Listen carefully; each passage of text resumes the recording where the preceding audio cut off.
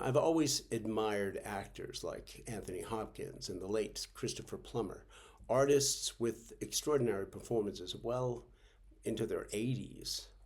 But I started wondering, what happens to those great actors who don't get to keep going? The ones whose memory or health quietly takes them off the stage. Every actor knows the fear of forgetting a line. It's part of the job. That heartbeat of anxiety before you step into the light. But as you age, that fear grows sharper. Acting demands that both mind and body stay agile. And time, as we know, doesn't always cooperate. So I wrote The Last Audition as a kind of letter to my younger self, and to every performer who's ever asked, what comes after this? But it turned into something much larger, a story about memory, aging, and what we hold on to when the world or our own mind starts to forget us.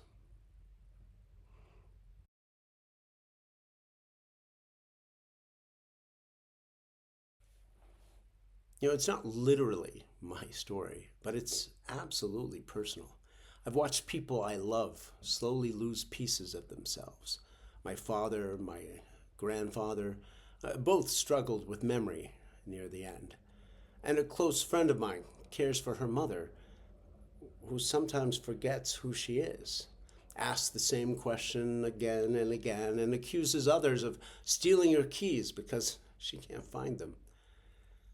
Watching this is heartbreaking. And as an actor, it's terrifying because memory is our craft. It's our partner on stage. When that begins to slip, who are we then? So I wanted to explore that, what it means to keep performing, to keep being when the very thing that defines you starts to fade.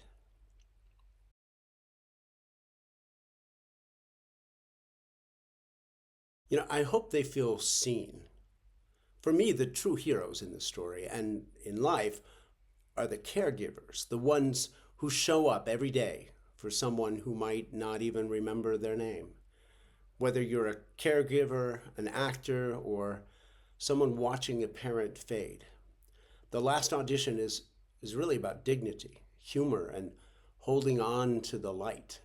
Because even when memory falters, love doesn't. And laughter, thank God, still finds a way through.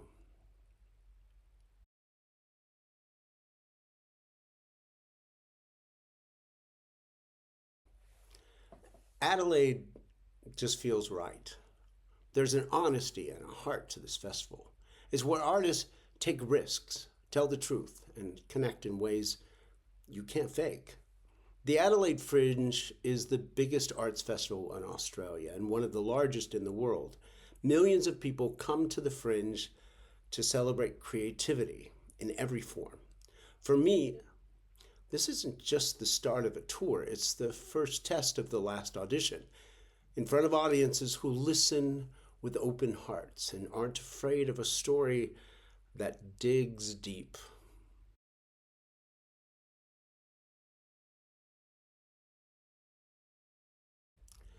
For me, it's about courage, about taking risks when everything in you says play it safe.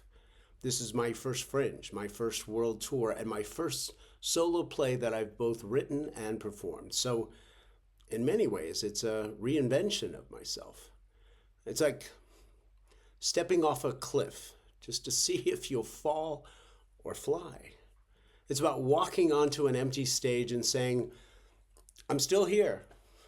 Because in the end, it isn't really about the last audition. It's about the next beginning.